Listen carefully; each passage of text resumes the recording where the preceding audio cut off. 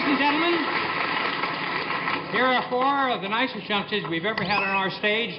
The Beatles. Bring them on.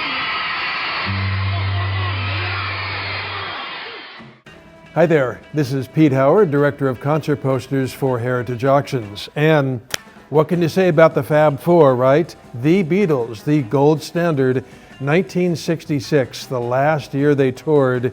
So, my goodness, what a special, special time. And this poster from Cleveland, Ohio, from the David Schwartz Concert Poster Collection.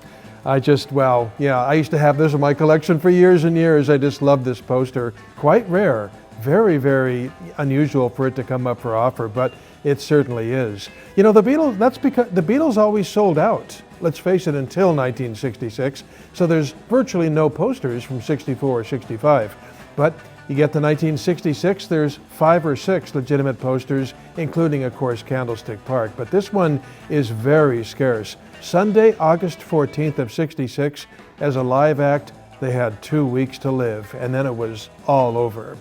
14 by 20 inch cardboard window card. I just love the fact that it's black and white, just like the movie A Hard Day's Night. It's perfect. I wouldn't like it as much in color. It just works so well the way it's laid out in black and white like this.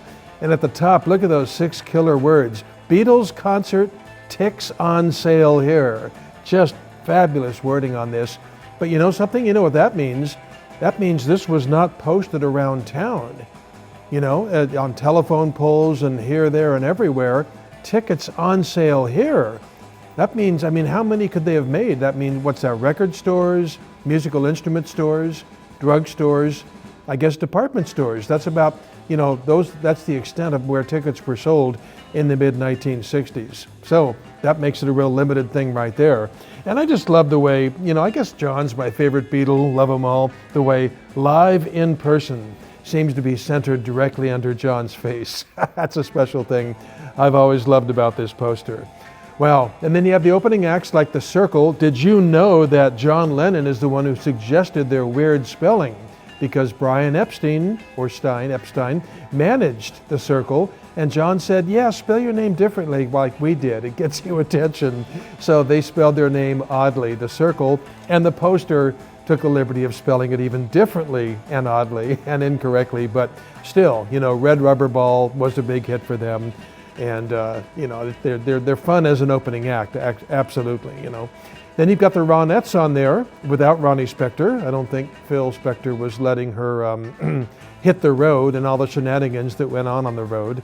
And then you've got the Remains on there. Any serious Beatle fan knows about Barry Tashian and the book he wrote about this very tour, Barry and the Remains being the opening act. It's funny, it says other exciting acts. Well, how come Bobby Hebb's not on there? He had the #2 single in the nation this week with Sonny, but he must have been a last-minute booking. And then it says, don't miss this historic show at the bottom. Ironic words because it was historic for 2 reasons. Last Beatles tour, which nobody knew, and also during the 4th song, about 2,000 fans ran onto the field and delayed the show. It had to be held up for 30 minutes while the police got everybody off the field.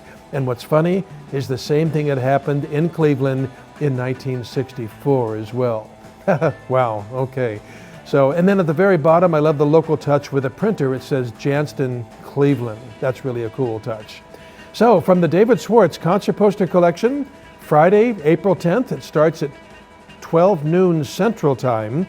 And to see more write-up of this poster and pictures and stuff, just visit us, please, at ha.com/7475.